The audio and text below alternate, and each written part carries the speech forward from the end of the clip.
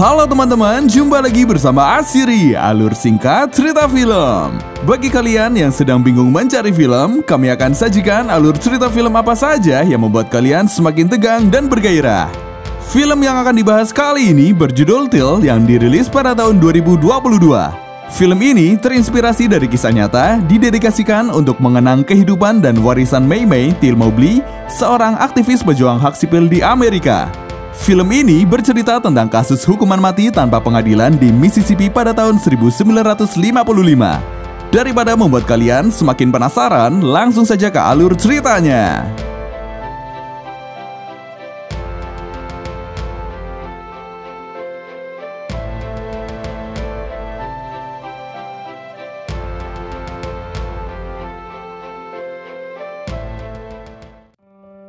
Cerita ini dimulai dari seorang janda anak satu bernama Mamie. Dia memiliki putra bernama Emmett Till atau lebih sering disapa Bobo. Mereka tinggal di Illinois, Chicago, di mana di sana orang kulit hitam sudah memiliki hak sipil yang sama dengan orang kulit putih. Malam itu, Mamie mengungkapkan kekhawatirannya karena Bobo akan pergi ke rumah sepupunya untuk menghabiskan waktu liburan. Ibunya berkata, Bobo hanya akan ke rumah sepupunya. Tidak ada yang buruk membiarkan Bobo tahu dari daerah mana dia berasal.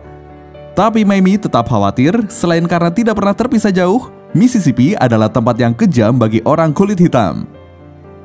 Esok paginya, Bobo terlihat bersemangat bersiap untuk perjalanan pertamanya tanpa sang ibu. Sebelumnya, Bobo pernah ke Mississippi, tapi dia memulai perkelahian dengan anak lain. Sebab itu, Mamie sangat khawatir. Dia lalu menjelaskan bahwa di sana memiliki aturan yang berbeda untuk orang negro. Mamie mengingatkan agar Bobo selalu ekstra hati-hati dengan orang kulit putih. Bobo tidak boleh ambil resiko melihat orang kulit putih dengan cara yang salah. Kemudian Mamie mengambil cincin peninggalan suaminya yang gugur di medan perang. Rupanya Bobo ingin memakai cincin ayahnya. Sebenarnya itu adalah benda yang berharga, tapi besarnya cinta seorang ibu pada anaknya membuat Mamie tidak bisa menolak. Setelah itu mereka pergi ke stasiun kereta. Di sana sudah ada pendeta atau paman Bobo dan sepupunya. Mamie berkata, pendeta dan Bibi Lizzie harus memastikan Bobo menelpon dan mengirim surat setiap ada kesempatan. Untuk terakhir kalinya sebelum berangkat, Mamie mengingatkan Bobo agar selalu berada di dekat sepupunya dan berhati-hati. Keluarga sepupunya adalah seorang petani kapas yang menerapkan sistem bagi hasil dengan pemilik lahan. Setiap hari mereka akan memetik kapas untuk dijual. Bobo merasa itu pekerjaan yang membosankan. Karena itu dia pun diajak pergi ke daerah Mani. Di sana ada toko Brian yang biasa digunakan sebagai tempat nongkrong untuk orang kulit hitam. Sepupu-sepupunya yang lain langsung bergabung dengan orang-orang yang sedang bermain kartu. Sedangkan Bobo yang penasaran mencoba masuk ke dalam toko. Setelah melihat-lihat, dia memutuskan membeli permen. Saat akan membayar, Bobo memuji perempuan kulit putih yang menjadi kasir. Namun, perempuan tersebut memberi tatapan yang tidak ramah pada Bobo. Tapi Bobo belum sadar, hingga kemudian sepupunya datang menariknya keluar dari toko. Perempuan tersebut mengikuti mereka keluar, seakan tidak sadar situasi. Tiba-tiba, Bobo membalikkan badan dan bersiul pada perempuan tersebut. Sontak, semua orang kulit hitam di sana panik. Mereka semua segera bergerak pergi saat melihat perempuan tersebut mengambil senapan.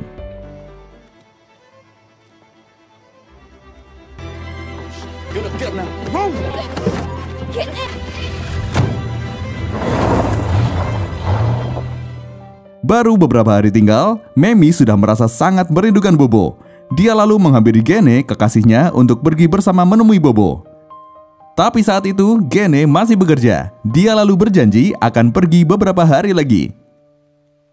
Beberapa hari kemudian, Bobo dan sepupunya pergi ke perkumpulan orang kulit hitam sambil membicarakan tentang kejadian di toko Brian. Bobo berkata, sudah 3 hari tapi tak ada satupun yang membicarakan tentang kejadian hari itu.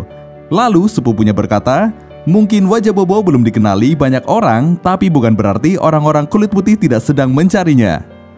Sempat terjadi perdebatan, namun akhirnya mereka sepakat tidak memberitahu hal tersebut kepada pendeta. Agar sedikit melupakan sejenak rasa rindu pada anaknya, Mamie mengundang temannya ke rumah untuk bermain. Dia minum, bermain kartu sambil curhat tentang hal apapun. Mamie bercerita kalau dia mendapat kabar dari Bibi Lizzie, katanya Bobo bersenang-senang di sana. Kebetulan anak salah satu temannya juga baru saja pergi ke Mississippi. Mereka pun berpikir akan bagus jika anak mereka bertemu di sana. Di rumah, pendeta dan Bibi Lizzie tengah menonton berita tentang juri agung yang menolak mendakwa tersangka pembunuhan terhadap aktivis negro bernama Lamar Smith dan pendeta Lee di Mississippi. Tak lama kemudian, anak-anak pulang saat malam sudah larut. Mereka bilang hanya mengajak Bobo berkeliling. Setelah semua orang di rumah sudah tidur, tiba-tiba seseorang menggedor pintu rumah. Pendeta tidak langsung membukakan pintu, dia sengaja mengajak berbicara tanpa membukakan pintu. Orang yang datang adalah Brian, pemilik toko sekaligus suami perempuan yang menjadi kasir. Brian berkata ingin berbicara tentang anak laki-laki yang di tokonya. Pendeta saat itu menyadari ada hal tidak baik yang mungkin akan terjadi. Sepupu Bobo yang mendengar kegaduhan membangunkan Bobo dan memberitahu bahwa ada seseorang yang mencarinya.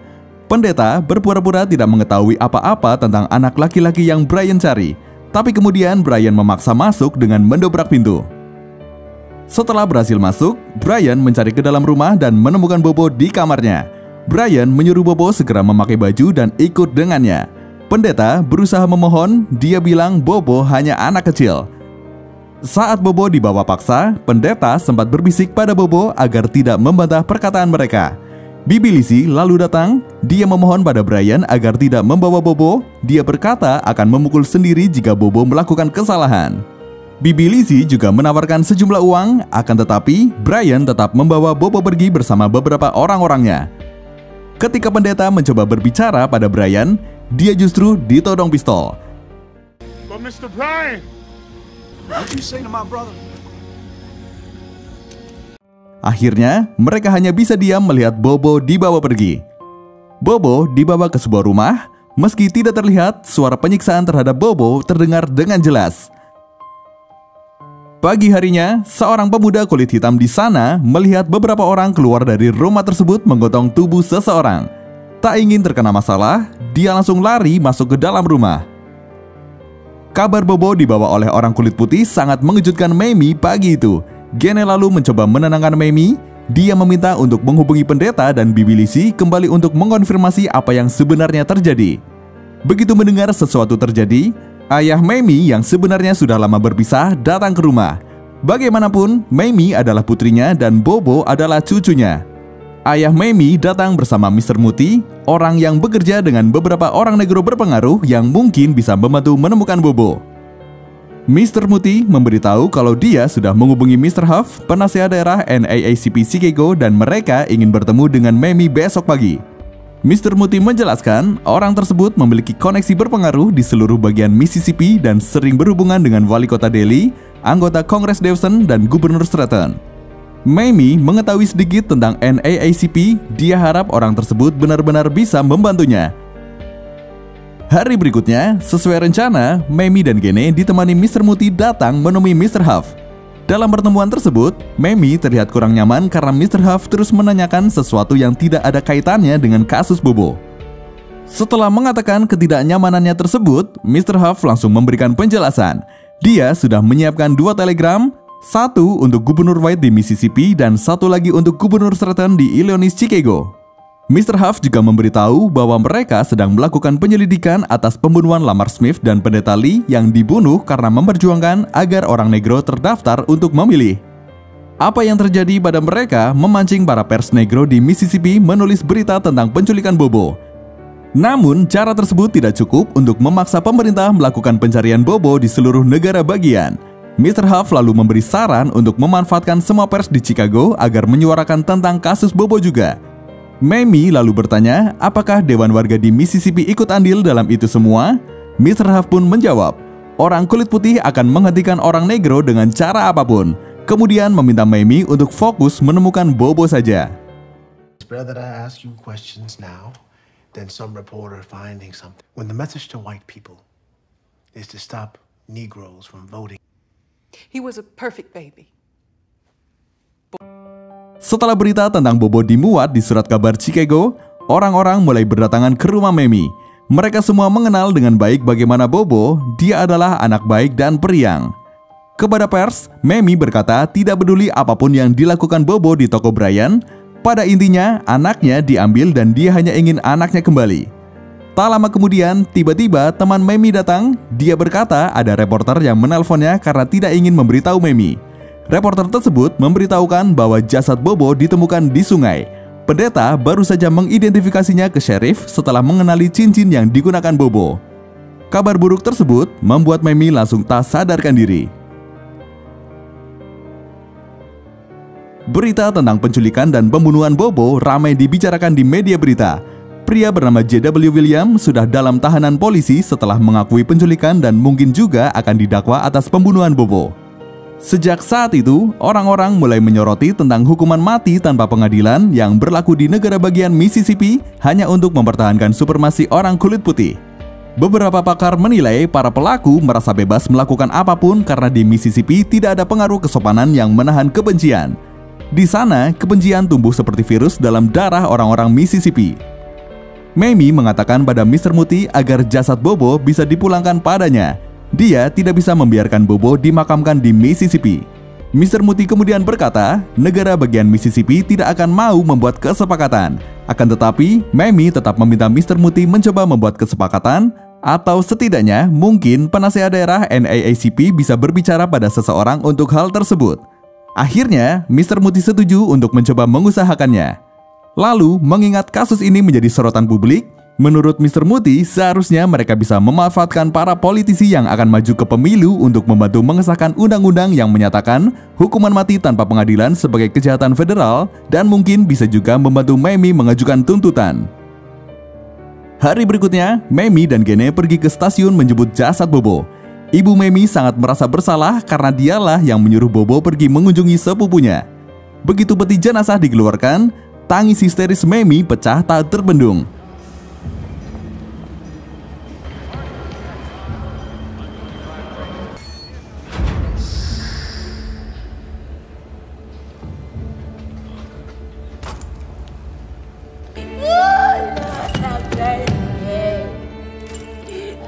Di rumah duka, Mamie menyaksikan bagaimana kondisi tubuh Bobo yang penuh luka dan sudah bengkak sekujur tubuh. Setelah itu, Mamie meminta Gene mengambil jas hitam dan gaun hitamnya yang disukai Bobo. Gene lalu berkata kalau Bobo tidak dalam kondisi baik untuk dilihat oleh siapapun. Tapi, Mamie mengatakan Bobo dalam kondisi baik. Seluruh dunia harus melihat apa yang terjadi pada putranya. Mamie juga menolak merias Bobo. Dia ingin orang-orang percaya dengan apa yang dia lihat. Dengan berani, Mamie menemui wartawan dan berkata, ini adalah bau anaknya. Dia pulang ke rumah dengan bau kebencian rasial. Setelah itu, dia mengajak salah satu wartawan masuk untuk memotret jenazah Bobo agar seluruh Amerika menjadi saksi. Karena foto itu, seluruh orang semakin menaruh perhatian ada kasus Bobo. Sebagian orang menganggap tindakan Mamie mempertontonkan jenazah Bobo sebagai sebuah keberanian. Tapi, sebagian lain menganggap tidak seharusnya Mamie mempertontonkan anaknya seperti itu. Dukungan demi dukungan diberikan kepada Mamie. Orang-orang mempertanyakan bagaimana sikap pemerintah negara bagian Mississippi atas kasus ini. Di hari pemakaman, gereja penuh oleh para pelayat. Bibi Lizzie juga datang. Dia memberitahu Mamie kalau dia dan keluarganya akan pindah dari Mississippi ke Chicago untuk selamanya. Tangis Bibi Lizzie pecah ketika melihat kondisi jenazah Bobo. Setelah itu, satu persatu pelayat mulai dipersilakan melihat jenazah Bobo.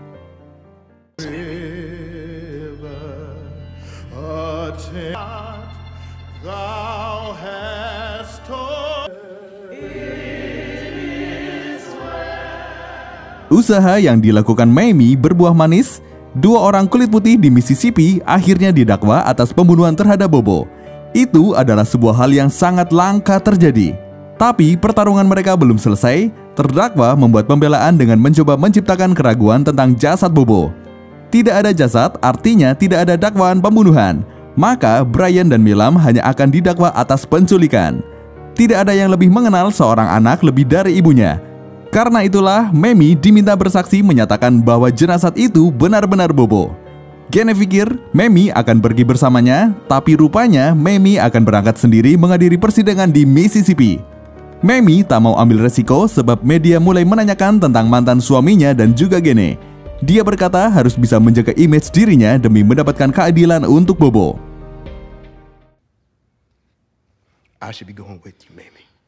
Protect my image. If it can help get justice for Bo. Mendengar Mamie akan pergi ke Mississippi, orang tuanya datang melarangnya pergi. Kabarnya, sheriff di sana sudah memberikan plat nomor negro pada anggota klan orang kulit putih. Kemudian, Mamie menjelaskan kalau Mr. Muti dan Mr. Huff sudah menyiapkan rencana agar dia bisa aman di sana. Mamie menjelaskan jika kesaksiannya bisa membantu, dia akan lakukan itu demi anaknya. Melihat tekad kuat Mamie, ayahnya memutuskan untuk pergi menemani. Singkat cerita, sampailah Mamie di Monbayo, sebuah kota khusus untuk negro. Semua orang negro yang akan menghadiri persidangan akan tinggal di kota tersebut demi keamanan. Orang-orang yang membantu Mamie di pengadilan berkumpul di rumah Dr. Howard yang memang dijadikan sebagai pusat komando di Monbayo.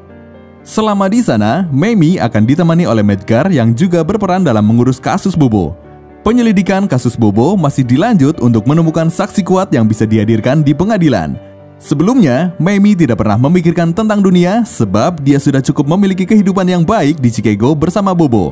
Melihat Dr. Howard menghabiskan waktu dan uangnya untuk memperjuangkan hak konstitusional negro, Mamie sangat kagum. Kemudian, Dr. Howard bertanya apa yang akan dilakukan Mamie setelah persidangan. Dia menawarkan Mamie bekerja di Monbayo untuk sama-sama menyadarkan urgensi hak orang negro dengan cerita tentang anaknya. Mamie pun berkata, dia berbagi ceritanya karena ingin tersangka membayar perbuatan mereka. Dr. Howard menjawab, dia juga ingin seperti itu, akan tetapi dia tidak percaya keadilan akan diberikan oleh 12 juri yang semua berasal dari golongan yang sama dengan tersangka. Intinya, menurut Dr. Howard, mereka bisa terus melawan tetapi tidak lewat pengadilan. Setelah itu, Mamie berangkat ke pengadilan.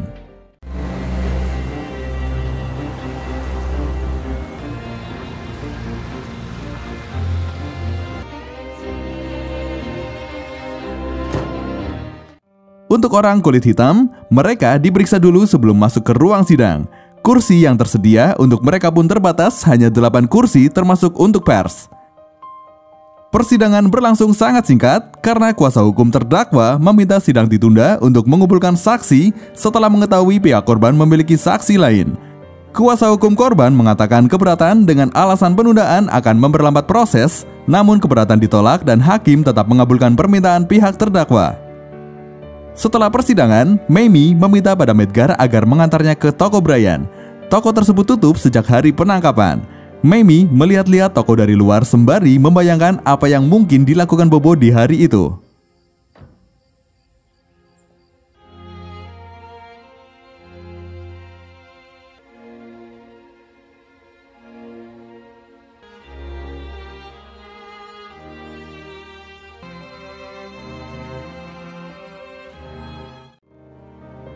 Dari toko, Mamie mengunjungi rumah pendeta dan Bibi Lizzie. Anak-anak pendeta meminta maaf pada Mamie, tapi Mamie paham itu bukan kesalahan mereka. Secara kebetulan, saat itu Mamie melihat senapan milik pendeta. Mamie pun menemui pendeta yang sedang berada di luar. Dia bertanya mengapa pendeta tidak menggunakan senapan miliknya saat Bobo ditangkap. Pendeta menjelaskan jika dirinya menggunakan senjata, maka orang-orang itu akan membunuh semua keluarganya. Dia harus membuat keputusan dalam waktu sekejap. Pendeta juga memberitahu bahwa sebenarnya malam itu ada lebih dari 2 orang yang datang. Di mana tidak ada orang negro yang tetap hidup setelah menentang orang kulit putih. Every white man who'd rather see a Negro dead.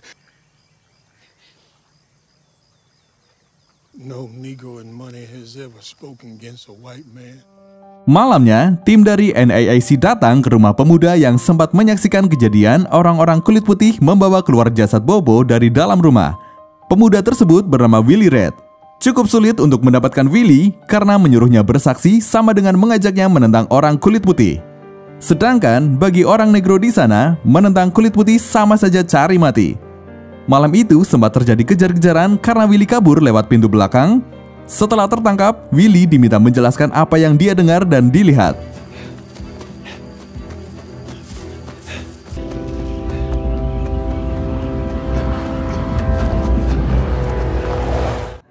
Tim NAACP berjanji akan menjamin keamanan Willie beserta seluruh keluarganya.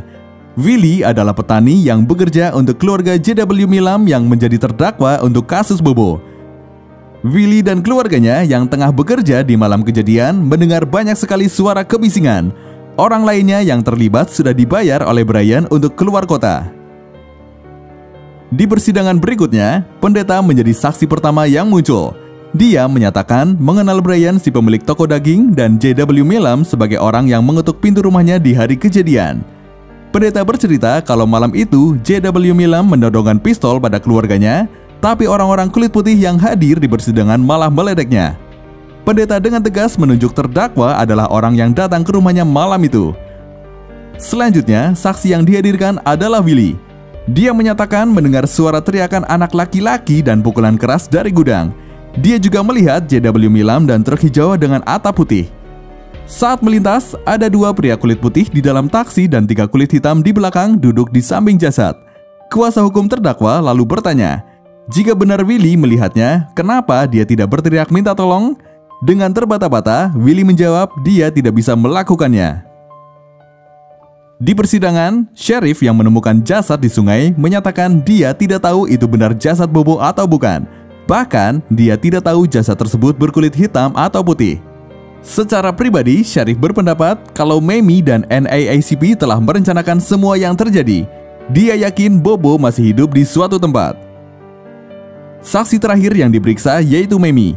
Mamie membenarkan bahwa cincin yang ditemukan bersama jasad di sungai adalah cincin peninggalan suaminya yang dipakai Bobo saat pergi ke Mississippi. Menjelaskan apa yang seorang ibu ketahui tentang anaknya merupakan hal yang sulit. Seorang ibu mengenali setiap inci dari anaknya bahkan dengan mata tertutup. Dan saat dia melihat serta menyentuh jasad yang ditemukan, dia bisa mengenali dengan yakin bahwa itu anaknya. Mamie kemudian ditanya tentang apa yang tertulis media pers. Di sana tertulis Mamie menyatakan, "Aku bilang padanya beberapa kali sebelum dia berangkat ke Mississippi, kalau dia harus berlutut di jalan dan memohon ampun saat menghina orang kulit putih." Mamie menjawab, itu bukan kata-kata yang tepat. Dia lalu mendeskripsikan apa yang dia sampaikan kepada Bobo sebenarnya. Dia berkata pada anaknya bahwa ketika di Mississippi, Bobo harus menyesuaikan diri dengan cara hidup yang berbeda. Bobo harus berhati-hati dengan cara berbicara dan kepada siapa berbicara, serta selalu ingat untuk mengatakan ya Pak dan tidak Bu. Mamie juga mengatakan jika suatu insiden terjadi di mana akan muncul masalah hingga sampai di titik Bobo harus berlutut, maka jangan ragu untuk melakukannya.